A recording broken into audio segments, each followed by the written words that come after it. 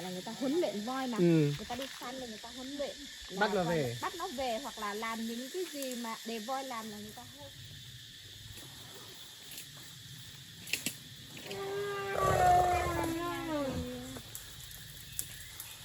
Lắm. Làm sao nó không phải cái đồ đó là nó thèm lắm, tại vì tay á đã cầm cái thịt rồi gà thịt rồi cá rồi nó mùi tay nhưng nó không ăn. Thế bây giờ tôi mới nói là anh là nhân viên đó, anh bảo là ông đi rửa cái tay kia đã, tại vì nó có mùi tanh ở đó là nó không ăn. Nó cầm lấy là nó vứt đi vậy đó. Bắt đầu ông đi rửa tay cái bắt đầu cầm lấy là cho nó là ăn phát một.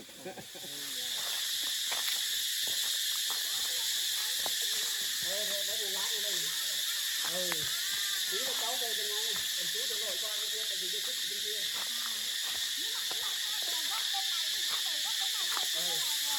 Tí ba cho đừng nhỏ. Thế